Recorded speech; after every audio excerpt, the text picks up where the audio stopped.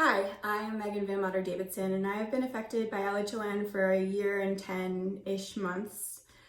So I noticed my vision loss in December 2018, and between the time of 2018 and 2019 of December, that's when my vision took its decline and then leveled off. So during that time, I was ready for what's going to happen next. My one eye started losing vision, my second eye started losing vision, and then finally I started losing color, and then it all kind of got to normal, and I have been figuring out where my vision is going to be since. So I wanted to give an update on kind of what I have noticed, where my thoughts and feelings are at this point. And I hope this is kind of beneficial for anyone else out there who is going through initial vision loss, LHON, or their sighted supporters, because it is a roller coaster for everyone. So through this grieving period, because it is truly a grieving period, I'm grieving one, obviously vision loss, two, a loss of, independence. So I will still be able to be fully independent as an adult eventually, but I'm still getting there and still trying to figure out how to do things on my own without, the hand by hand, not the hand by hand, but, the help of my sighted supporters at all time. And, learning how to ask for help, because that is pretty difficult actually. And then also, a little bit of grieving my loss of privacy. I don't know if someone else is in the room with me, if it's a darker room, unless you are very close to me. So you have to be completely verbally communicative at all times with people that you're living with or people that are visiting your house on a regular basis. Through this time, I go through moments of how come you can. So how come you can just jump in the car, go to the grocery store, walk down the aisles, pick stuff up on the shelves, with just one look, instead of, me where I need to either get my camera out, zoom it fully, or ask for help from someone in the aisle. Or how come you can, sign a receipt on the line, right on that little line, without the assistance of others. And how come you can, pick up the dog poop on the side of the road without touch tapping to see if it's a leaf or what you're actually after? How come you can do the dishes without breaking glasses or at the end of the day having a new bandage? How come you can have kids and not know that your genes are going to potentially cause them to become severely visually impaired, which is where I am today? So through these moments of how come you can, I have, kind of hammered in my mind to just be gracious and realize that a gripe that I am having during the day could be a true blessing to someone else. So I try my best not to complain to others who I'm talking to on a daily basis, which is difficult, but, through this, it's kind of, don't complain. It is really unattractive. So for me, it's kind of, I don't want to hear complaints about hard time shopping online, just the time it takes to go to the grocery, about driving somewhere, or about ordering a new car. Because those are some things that I cannot do easily anymore, or potentially can't do ever again. I can't drive. I probably will never be able to drive on my own again. And this stuff came on very, very quickly for me. And when that happens to someone, it is truly devastating. So be gracious. You don't really know what someone else has going on, and everyone has something, right? So through this time, we are also still doing. We went to upstate New York a couple times this summer. Driving, or let me correct that, riding in cars is a true nightmare for me. I mean, I can't see what's right ahead of me, and what's on the sides of me, goes by at light speed, basically. So if Scott were to slam on the brakes for whatever reason, that is very scary for me. If something were to come by me very fast on one side, or if we were to go by something very fast on one side, that's really alarming because I don't know if, what that thing is or, why it's happening. So being a passenger in a car is truly anxiety stricken, but we're still doing.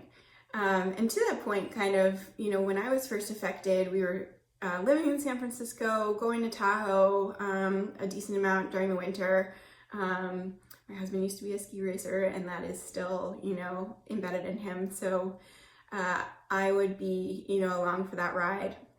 And I just remember that December when I was, first realizing my vision loss, didn't know what it was yet.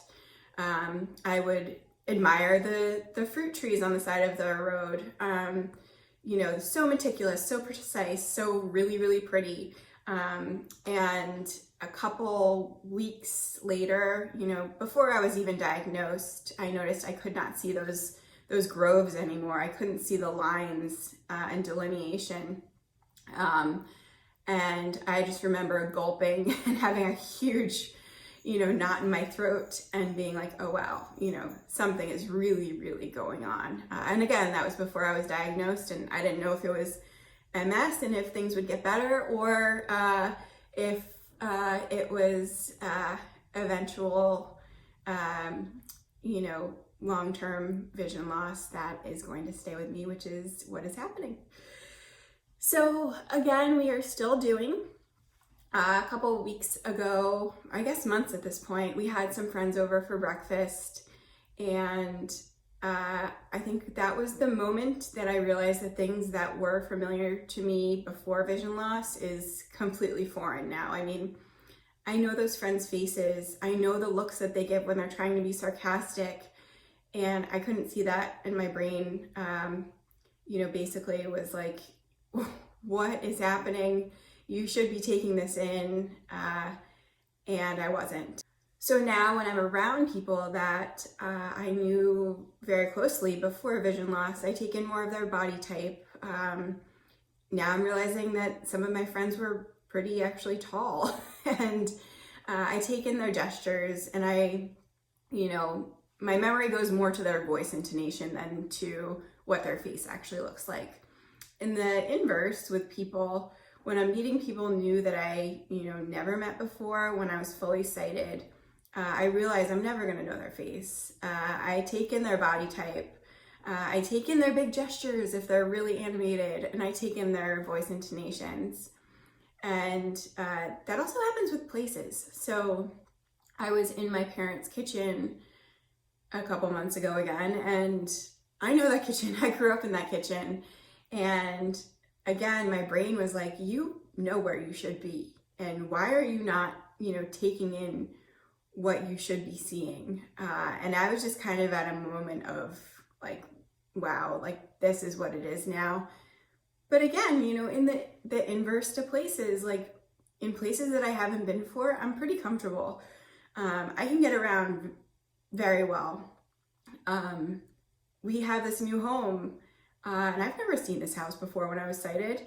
And I'm, really comfortable here. I understand that I'm just never going to see aspects of this house, but I'm okay with it. And I think it's just moments like that that I need to get through and accept. And then once all of that kind of happens, both on the things that I knew before and the things that are new to me, I think that's when like the true acceptance is going to happen. So again, I've said this before, the rest of me is healthy, but I very much have lost a lot of my life that I knew prior to this, but it's just a new way of life moving forward. So through this, I have also realized that communication is a true art form, and by that I mean verbal communication. So when I meet someone who is just realizing that I'm legally blind, and they're trying to be, a little touchy on what they say, they feel like they flub up when they use well-known phrases with the word see in it, like, oh, we'll see. And I kind of say, no, that one, it really isn't a big deal. The ones that really hit me home and, you know, kind of strike a chord with me is when people point to or in conversation with visually impaired people, or when people say this or that. And I have just had to deal with that and kind of say, you really need to be descriptive with me. I cannot see what this or that is that you're referring to. Or, oh, you're 5 feet away from me. You think I can see that? No way. So it is just realizing that communication is a true art form, and, you know, everybody should spend some time blindfolded or with the goggles on that I had in another video, because you will realize that some words in our language can be truly another form of a foreign language to people with, you know, visual impairment. Finally, I just want to say that I really, really appreciate my LHON community through this. They have monthly calls on a regular basis where I can connect with a bunch of people that are either affected by LHON, our carriers and are unaffected, or just supporters and our family members or friends of affected people with this disorder that is super rare, so it's super hard to find folks like us. But during those calls or when I talk to people, you know, on my own out of this forum, it's really funny that we all go through these frustrating, but at the end of the day, funny moments that we are all very familiar with. And if you're not familiar with a certain moment, you can definitely associate with it. So, you know, we've had conversations like, oh, your mom pointed down an aisle in Target to try and give you directions towards something. That's funny. My mom does that, or has done it in Whole Foods. Or, you know, that's funny because, oh, you can't use pens anymore because that intricacy is lost to you and you use bold markers and your hands look like a kindergartner. Yeah, me too. Or, oh, you mistake your dog for inanimate objects, or vice versa. You think a pile of laundry or a grocery bag on the floor is your dog's. Yeah, me too. I guess another one would be, oh, you've walked into a clear pane of glass in a shopping mall. Yeah, I was about there and then my husband said, Meg! So it's moments like that that we can laugh at now, but in that moment it is, you know, it's definitely heart-wrenching. You know, I have broken more glasses than I care to say, and our Band-Aid stock is through the roof at this moment. But, you know, we're adapting and we're getting there, and I really appreciate my sighted supporters, and I hope that this few minutes was able to help those affected by LHON, those newly affected, those affected for years, those who, you know, just help us through our daily life too, because this is frustrating for everyone. And just remember that everybody is going through something. So, you know, we can complain to ourselves and have some down moments, but let's not try and complain to everybody else, because everybody is truly going through something. All right, much love. Talk soon. Bye now. Stop recording video. Button.